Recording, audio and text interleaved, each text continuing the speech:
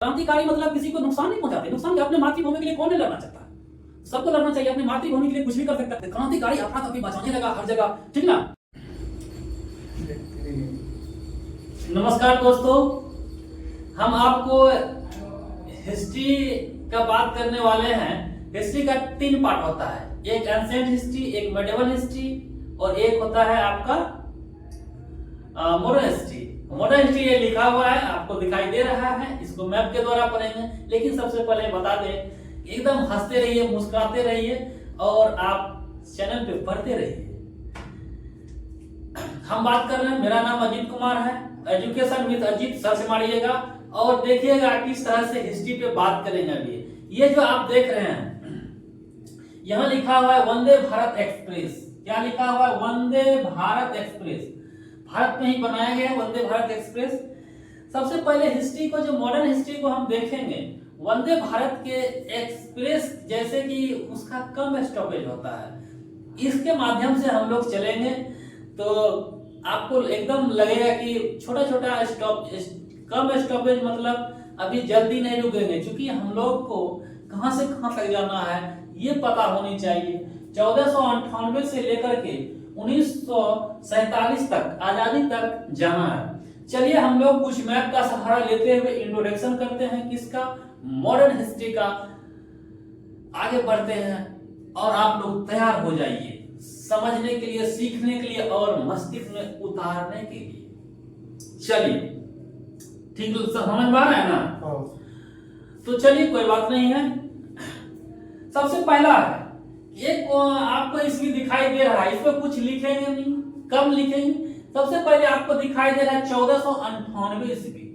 एक दिखाई देता है 1498 ईस्वी।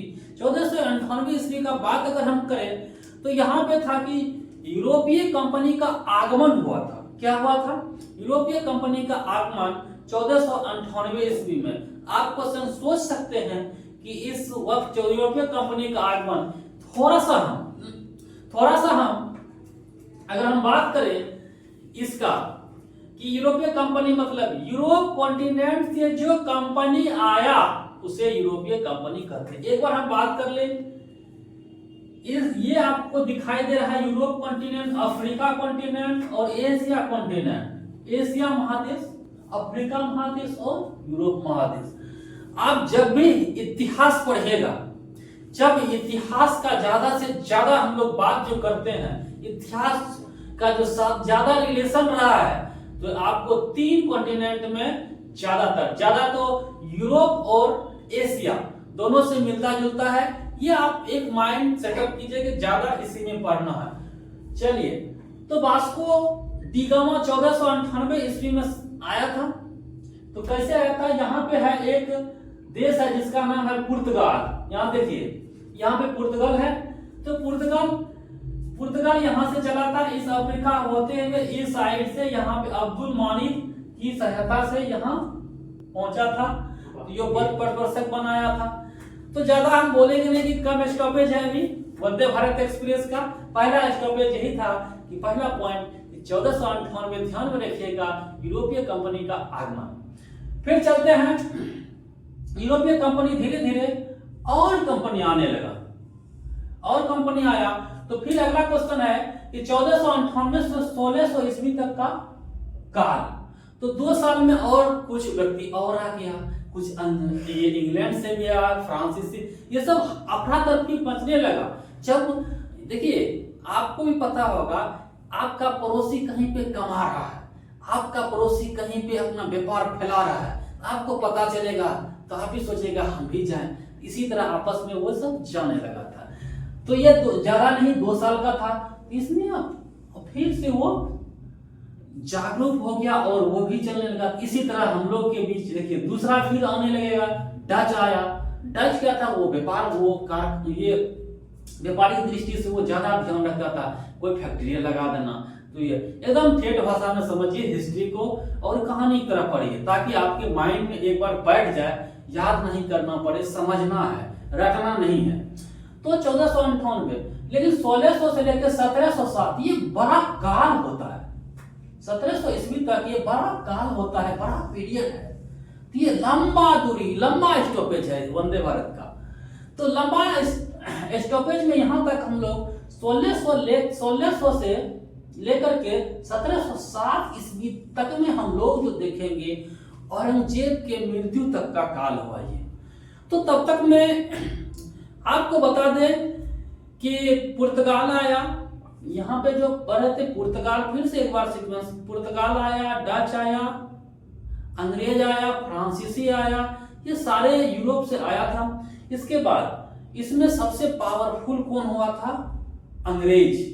अंग्रेज जो पावरफुल हुआ तो उन्होंने 190 साल लगभग शासन किया था। लेकिन क्वेश्चन ये भी है कि आया पुर्तगाल सबसे पहले, लेकिन देखिएगा आपको प्रूव हो जाएगा कि जाएगा सबसे पहले, जाएगा सबसे बाद में पुर्तगाल ही, लेकिन सबसे पावरफुल कौन रहा था? अंग्रेज। उस पर हम बात करेंगे, लेकिन सबसे पहले दिखाते हैं आपको। तो अगर 1700 कितना है? 1707। औरंगजेब की मृत्यु लिख सकते हैं, औरंगजेब की मृत्यु,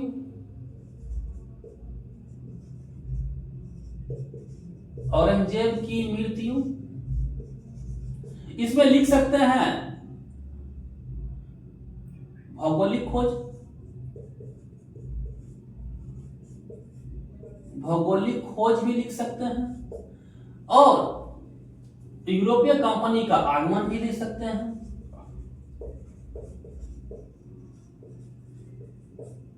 कंपनी का आगमन भी लिख सकते हैं, आगमन भी लिख सकते हैं, और यहां तक में यूरोपीय कंपनी का। इसके बाद यहां से यहां तक हम लिख सकते हैं जैसे कि मुगल का, उत्तर मुगल का।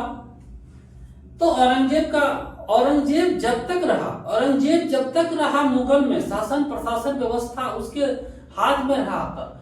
कोई भी ईस्ट इंडिया कंपनी, अभी क्या है, ईस्ट इंडिया एक कंपनी है, तो कंपनी जो है तो वो अपना वर्चस्व नहीं फैला पाया। लेकिन जब औरंगजेब की मृत्यु होती है 1707 ईस्वी में, तो वो फैलता है उसका जो ये बात फैल गया, अरे अब तो औरंगजेब मर गया, तो धीरे धीरे सब। और क्या हुआ था कि जहां जो था वहां खुद मालिक बनने लगा, सत्ता के संघर्ष करने लगा, सब उठने लगा हर जगह। तो ये होने लगा था 1707 ईस्वी में। इधर ईस्ट इंडिया कंपनी भी अपना करने लगा कि अब तो मालिक ही खत्म हो गया है, तो धीरे धीरे वो अपना वर्चस्व। लेकिन देखिए ईस्ट इंडिया कंपनी के पास कितना पैसेंस था, पैसेंस के साथ फिर से वो 17 ये क्या हुआ, औरंगजेब की मृत्यु 1707। अब देखिए कि फिर 1707 से 1757 का हम लिखे हैं। इसका क्या खास है? 1707 से 1757 तक में ईस्ट इंडिया कंपनी 50 साल तक में हर जगह व्यापार करना लगा, ज्यादा फैलाया और उसको समझ में आने लगा। तो धीरे धीरे अपना सत्ता, अपना शासन के ओर भी गया, शासन के ओर भी गया। तो एक युद्ध होता था 1757 में, उस युद्ध का नाम था प्लासी की लड़ाई। प्लासी की लड़ाई हो गया 1757 में। हम लोग पढ़ेंगे 1757 प्लासी की लड़ाई, ध्यान में रखिएगा इस जगह। फिर एक इस स्टॉपेज पे बात किए, फिर हम इस पे बात करें 1757 से 1773। ये क्यों चर्चा में रहा? देखिए 1757 और 1764, 1757 प्लासी और 1764 बक्सर, जब ये दोनों युद्ध हुआ था, 1757 प्लासी और 1764 का बक्सर, तो ईस्ट इंडिया कंपनी अपने वो क्या हो गया, हावी हो गया और वो मजबूती। लेकिन सोचा नहीं, अभी शासन नहीं करना है, कुछ इसका बचा हुआ है। जैसे कि उसका जो वंशज बताया, जैसे कि सिराजुद्दौला, मुर्शिद कुली खान, ऐसे व्यक्ति को जानिएगा, वो बच गया था, वो कुछ पावरफुल था। तो बोला नहीं, अभी घबराने की बात नहीं, अब हम लोग शासन करेंगे, लेकिन अप्रत्यक्ष शासन करेंगे, दिखावा उसका देंगे, काम हम करेंगे, मालिक उसको बनाएंगे, टैक्स हम वसूलेंगे। ये काम करने लगा था कौन? East India company. कौन करने लगा था? East India company. दिखावा हम करेंगे, दिखावा उसका करेंगे, लेकिन हम चूंकि ईस्ट इंडिया कंपनी को तो पहचानता नहीं था जनता, इसलिए वो अप्रत्यक्ष शासन करना है जैसे। लेकिन उसको लगने लगा अप्रत्यक्ष शासन कहां तक है, इसको हम लिख सकते हैं अप्रत्यक्ष शासन, अप्रत्यक्ष शासन, और प्रत्येक शासन करने लगा और प्रत्येक शासन यहां तक चला तो 1773। लेकिन अब लगने लगा अब हम शासन कर सकते हैं। तब तक में तो बहुत को निपटा दिया था, बहुत को आपस में लड़ा दिया था, आपस में ही लड़ाया, कभी दामाद में कभी ससुर में लड़ा करके सबका खत्म कर दिया था। तो फ्रांसीसी का युद्ध हो गया, तरह तरह का युद्ध करके वो बहुत चीज निपटा दिया था, ठीक ना। कभी बेदरा का युद्ध, हम लोग बात करेंगे, इस पे खुल के बात करेंगे, सब समझने का प्रयास करेंगे। आप लोग को याद करने की जरूरत नहीं है, सिर्फ कहानी उतारते जाइए, आपका हिस्ट्री का क्वेश्चन ऐसे बन जाएगा। तो हम लोग बात करते हैं 1773 का। 1773 में जब चला तो उन्होंने बोला नहीं, आप शासन प्रशासन हम लोग चला सकते हैं। तो शासन प्रशासन जो चलाया तो सबसे पहला एक्ट आया जिसका नाम था रेगुलेटिंग एक्ट। रेगुलेटिंग एक्ट थोड़ा सा बता दें इस जगह कि 1700 मेन एक्ट हम चर्चा कर दे एक बार। रेगुलेटिंग एक्ट आया, इसके बाद 1793 का चार्टर एक्ट का बात कर लीजिएगा। इसमें हम ब्रिटिश इंडिया एक्ट की बात करेंगे। एक्ट ऑफ सेटलमेंट भी आया था, इसका भी चर्चा करेंगे, लेकिन जल्दीबाजी में कर ले, एक बार रिवीजन भी हो जाएगा। ईस्ट इंडिया कंपनी का जितना एक्ट था उसका हम बात करेंगे सिर्फ, क्योंकि 1753 तक ईस्ट इंडिया कंपनी का शासन चला था। 1857 के युद्ध से पहले तो थोड़ा आपको रिमाइंड करवा दे, 1773 का रेगुलेटिंग एक्ट आया था और बड़ा बड़ा एक्ट तो देखिए 1793 का चार्टर एक्ट, 1813 का चार्टर एक्ट, 1833 का चार्टर एक्ट, 1853 का चार्टर एक्ट, ये सब सारे एक्ट था और ईस्ट इंडिया कंपनी के द्वारा। किस एक्ट में क्या हुआ था आगे हम डिटेल से बात करेंगे। अभी तो हम सिर्फ इंट्रोडक्शन कर रहे हैं हिस्ट्री का। हिस्ट्री में किस पार्ट का, मॉडर्न हिस्ट्री का बने रहेगा, ध्यान से देखिएगा और इस वीडियो को और अपने आप में एक माइंड में मैप कीजिएगा कि ऐसे ऐसे ईस्वी में ऐसे ऐसे घटनाएं हुई थी। अगला हम बात करते हैं पुनः हम कि 1773 से 1853 हम लिखे थे, तो ये यही काल था कि सारे एक्ट इसी के बीच में आया था। किसका? ईस्ट इंडिया कंपनी का एक्ट का बात, एक्ट लिख दीजिए एसीटी, शॉर्ट में हम लिख सकते हैं। तो एक्ट का बात का आया था इसमें 1753 तक में सारे एक्ट आया, डलहौजी तक। लेकिन डलहौजी जो 73 में आया था तो पूरा अफरा तफरी मचा दिया था, गोदी प्रथा लाया, मतलब हड़प नीति ला लिया जैसा जैसा। लेकिन एक काम और डलहौजी कर दिया था, क्या किया था कि वो ट्रेन में चला दिया था, ट्रेन में चलाया अपना सामान ढोने के लिए, लेकिन फायदा उठा लिया भारतीय कि ट्रेन से जो आना जाना, इधर बात उधर करना, इधर करना उधर करना, तो एक बड़ा युद्ध हो गया। और उस युद्ध, आप पलासी की लड़ाई बला कहानी, तो युद्ध हो गया, आप छेड़ दिया, लेकिन फायदा भारतीय कितना चतुर है, नहीं कहता है कि तुम अप्रत्यक्ष वहां शासन किया तो हम भी तुम रेल चलाया ना, तो फायदा हम उठाएंगे, तो ये उठाया। समझ में आ गया? चलिए, तो हम लोग बात कर रहे हैं हिस्ट्री पे, मॉडर्न हिस्ट्री। एकदम टेंशन नहीं लेना है, एकदम याद भी नहीं करना है, सिर्फ सोचना है और उतारना है माइंड में। एक बार दो बार में ऐसे फिट हो जाएगा। तो 1753 हो गया, 1753 से 1853 बात हो गया, 1853 से 1857 थोड़ा सा पीरियड है। 1857 एक युद्ध होता है, 1857 की क्रांति। बोला 1853 में जैसे हुआ, अरे वाह, ये तो ईस्ट इंडिया कंपनी बर्बाद कर देगा, जो वो शासन करते हैं वो खत्म कर देगा। तो क्राउन को पता चला, राजा महाराजा जिसका, बोला ये जल्दी, तो इसलिए वहां से शासन प्रशासन को अपने हाथ में ले लिया। कौन? वहां का क्राउन, वहां का राजा। तो 1857 ये हो गया, 58 में अपना वो कर लिया। तो 58 से लेकर के अपना एक्ट चलाने लगा, कौन? क्राउन चलाने लगा। तो फिर ईस्ट इंडिया कंपनी के एक्ट पर हम लोग बात किए थे, 1858 में लिया, तो 1861 का अधिनियम ला देगा, 1892 फिर ला देगा, और 1909 का अधिनियम, 1919 का अधिनियम और 1935 का अधिनियम। तब तक में हमारा 35 के बाद आजाद हो जाता है। सारे एक्ट लाया, ये सब लाया था।